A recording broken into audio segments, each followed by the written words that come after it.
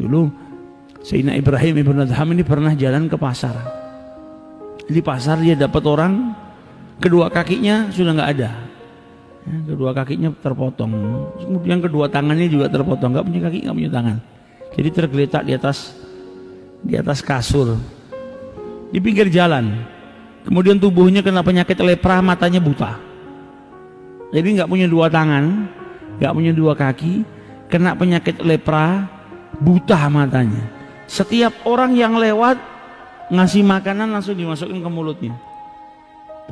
Setiap orang ini dikasih makanan masuk ke dalam mulutnya, ngucap Alhamdulillah atas kenikmatan yang luar biasa yang kau berikan kepadaku ya Rabb. Ibrahim ibn Adham melihat orang tersebut tadinya mau jalan, dengar yang diucapkan Alhamdulillah atas kenikmatan besar yang engkau berikan kepadaku ya Rabb, berhenti dia. Kenikmatan apa yang besar ini? Ini orang lumpuh kakinya, nggak punya tangan, tubuhnya lepra, orang mau deket jijik, matanya buta, nggak bisa apa-apa.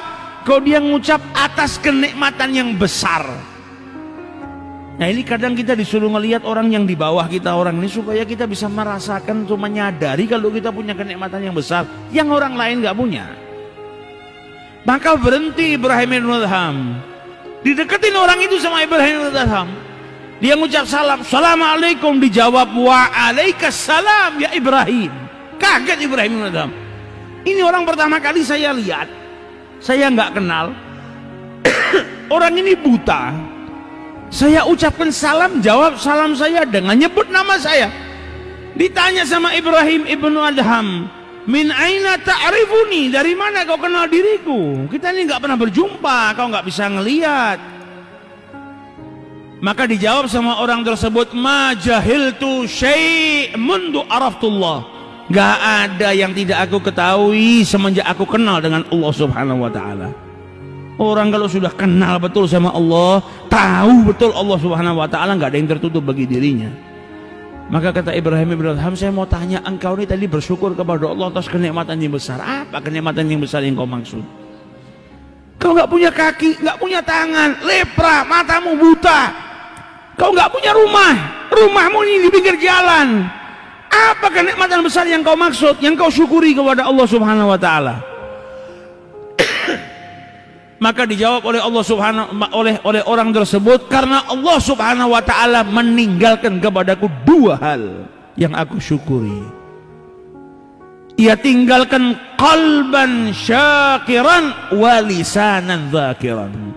Aku ditinggalkan oleh Allah subhanahu wa ta'ala, yang tidak diambil sama Allah, yang ditinggalkan buatku apa? Lisan yang berzikir kepada Allah dan hati yang bersyukur kepada Allah subhanahu wa ta'ala. Apakah dua hal tersebut bukan sesuatu yang besar, yang layak untuk aku syukuri?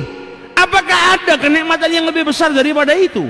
Orang yang punya rumah, nggak punya hati yang bersyukur kepada Allah, nggak punya lisan yang berzikir kepada Allah, apakah rumahnya lebih nikmat daripada itu?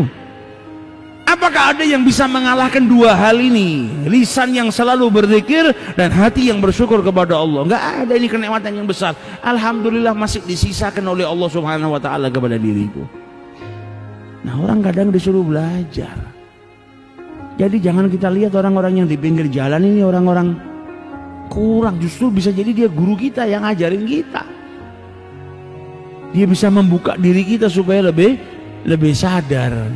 Justru Ibrahim ibn Adham diajarkan sama seseorang yang fakir seperti itu. Kalau lisan yang zakir dan hati yang syakir, itu lebih mulia daripada kenikmatan apapun yang kau